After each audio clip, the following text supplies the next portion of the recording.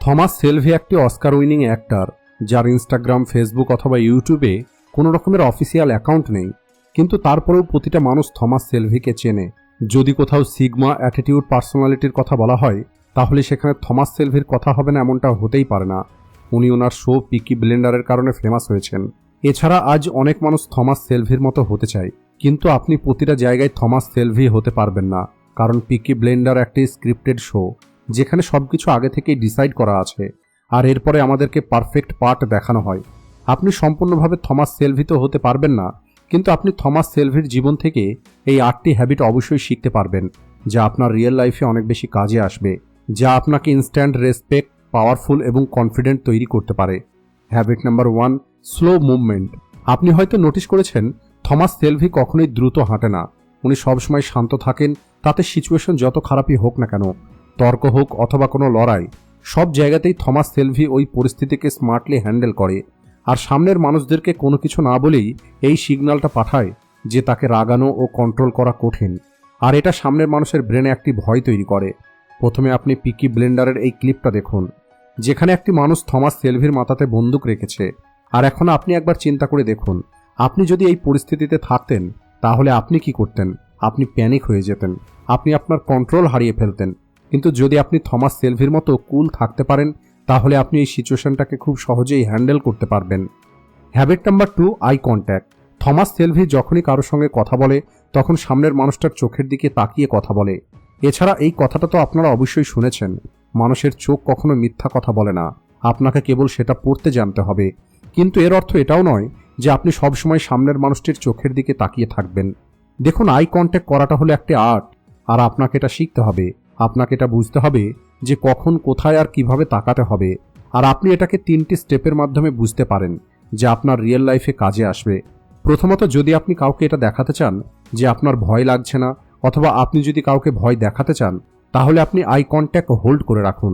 দ্বিতীয়ত, যদি আপনি সিচুয়েশনকে একটু নর্মাল করতে চান, তাহলে আপনি আপনার আই কন্ট্যাক্ট কিছুক্ষণ পর ব্রেক করে দিন, আর নিচে নয়, আপনি সাইডের দিকে তাকাবেন।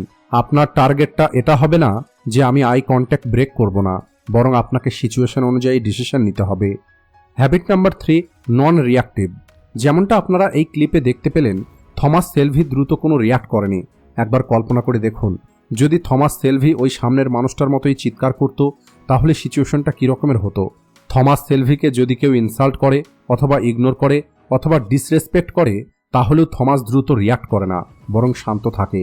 পরিস্থিতি যেমনই হোক না কেন, থমাস কখনো দ্রুত রিয়াক্ট করে না, কারণ যদি থমাস দ্রুত রিয়াক্ট করা শুরু করে দেয় আর চিৎকার করা শুরু করে দেয়, তাহলে থমাস নিজের রেসপেক্টটা হারিয়ে ফেলবে। তাই যদি আপনিও দ্রুত রিয়াক্ট করাটা বন্ধ করে দেন, তাহলে সামনের মানুষটি ওভার থিঙ্কিং করা শুরু করে দেবে, আর কনফিউজ হয়ে কোনো না কোনো ভুল করবে, যেটা আপনি আপনার প্রয়োজনে ব্যবহার করতে পারবেন। Habit number 4, speechless. দেখুন, থমাস সেলভি বেশি কথা বলে না, কিন্তু যখন থমাস কথা বলে, তখন ওনার কথার মধ্যে একটি আলাদা পাওয়ার থাকে, একটি আলাদা এনার্জি থাকে, ওনার কথার একটি আলাদা ওজন থাকে। আর কেবল একটি ট্রিককে ফলো করে আপনি এই স্কিলে মাস্টার হতে পারবেন। মনে করুন, আপনার মুখে বলা প্রত্যেকটা কথা হলো টাকার মতো, আর আপনি এটাকে যেখানে ব্যবহার করবেন, ভেবেচিন্তে ব্যবহার করবেন। আপনি ফালতু খরচ করবেন না, তা না হলে একটি সময় পর আপনার ওই টাকা শেষ হয়ে যাবে। Habit number 5, slow speech and pause.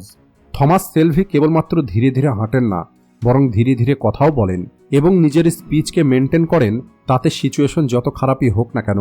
Thomas সেলভি যখন কথা বলেন, মাঝে মাঝে পজ নিয়ে কথা বলেন, যে কারণে মানুষ থমাস সেলভির কথা খুবই মনোযোগ দিয়ে শোনে এবং খুব সহজেই বুঝতে পারে।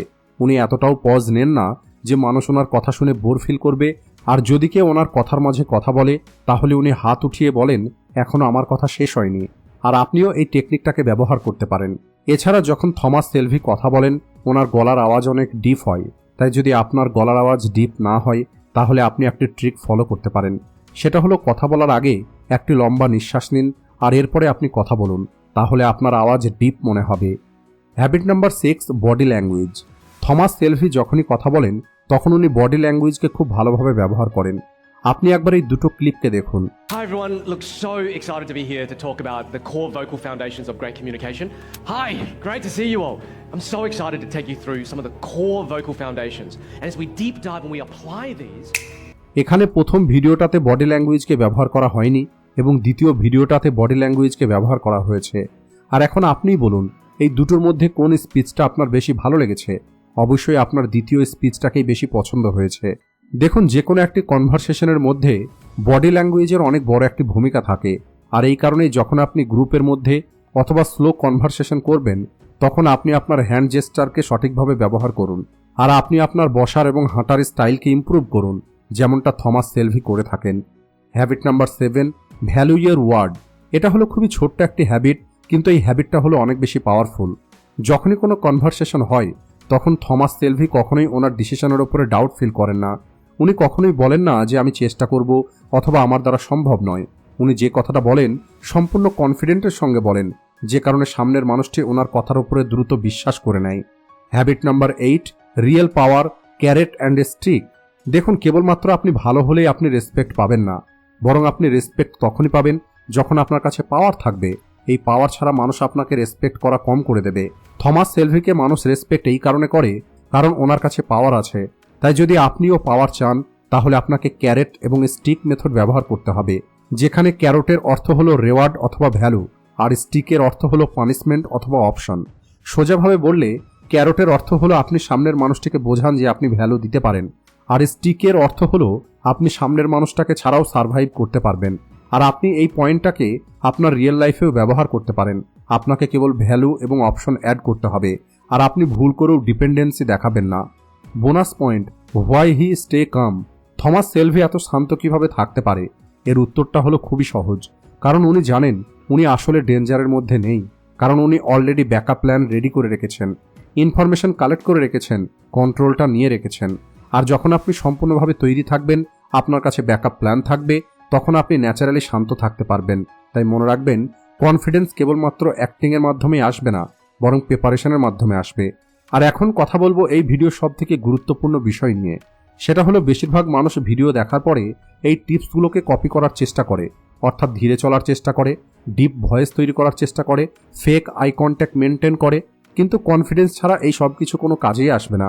তাই আপনি যতই অ্যাক্টিং করেন না কেন, মানুষ খুব দ্রুত সেটাকে ধরে ফেলবে। তাই আপনার লক্ষ্যটা কেবল অ্যাক্টিং করা নয়, বরং আপনার ভিতরে কনফিডেন্স বিল্ড করাটা অনেক বেশি প্রয়োজন।